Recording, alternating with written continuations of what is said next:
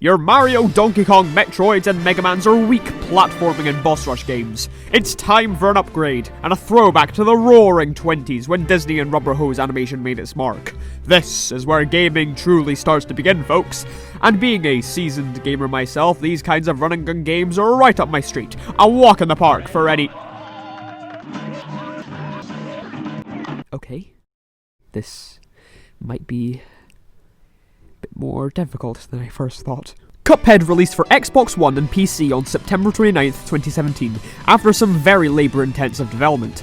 See, this game was revealed in 2014 and started development in 2010, so you can see how much effort was put into this game and can appreciate it even more seeing what was done to make this game a reality. See, the reason this game took ages to finalise is because the game's animation was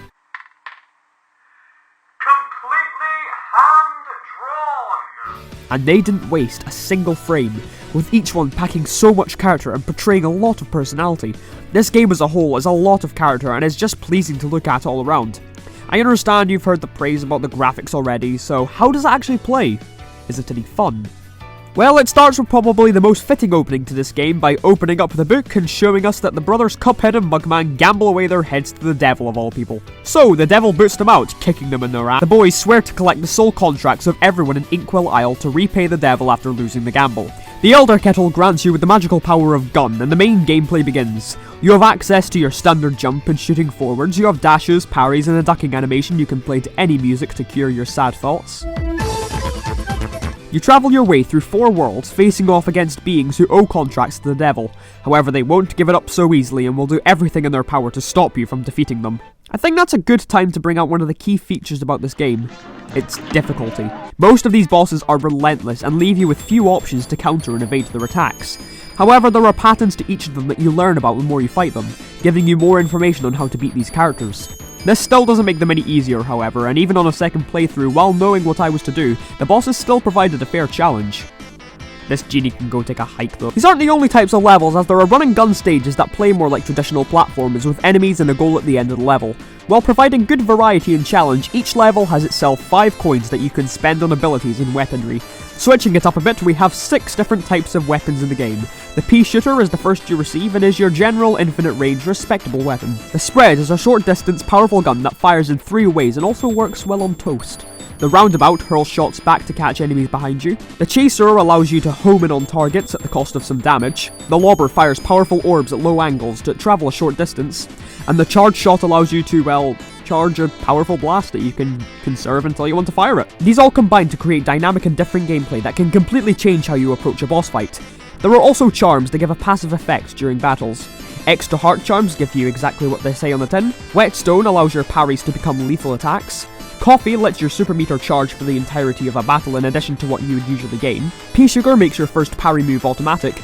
And then the smoke bomb is too ungodly essential that it's the only one you should ever want to use. Well, if we're already bored with those, we can head over to the mausoleums. Here you have to prevent ghosts from reaching the vase that contains the legendary chalice. At each of the 3 mausoleums, she grants you a different super ability. The first sends out a powerful beam of milk from the cup's head. The second grants you invincibility for a short period of time, and the third releases a powerful soul version of Cuphead to rack up damage on the boss. These again work to enhance the fights in this game and make me strategize when I should use my supers. Playing your cards right will always result in victory for you. Then the world map, as well as providing access to later enemies, includes many secrets, shortcuts, and Easter eggs to come across. There are also some special challenges for some completionists of the game. Firstly, there's earning the pacifist rank in the run-and-gun levels. This is earned by not shooting any enemies, a simple task to be said, not so easy to pull off. When I purchased this game, I poured hours into completing these challenges, and look at that, you get a black and white filter along with a vintage audio sound which works wonders with the game in question. Then there's S-ranking every single boss on expert difficulty. This involves you using the equivalent of 6 supers, landing 3 parries, and taking no damage. I have only ever managed to do this with a handful of bosses and have no desire to ever do any more. Then, before the final battle, we get a choice to hand over the contracts we've collected or claim the devils as well. Handing them over results in you and Mugman being converted into the devil's minions.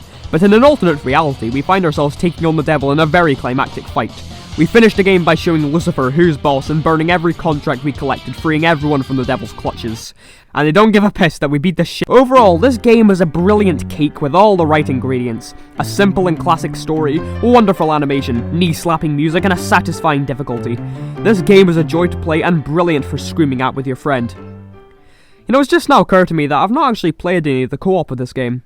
Let's see if there's anyone who wants to play.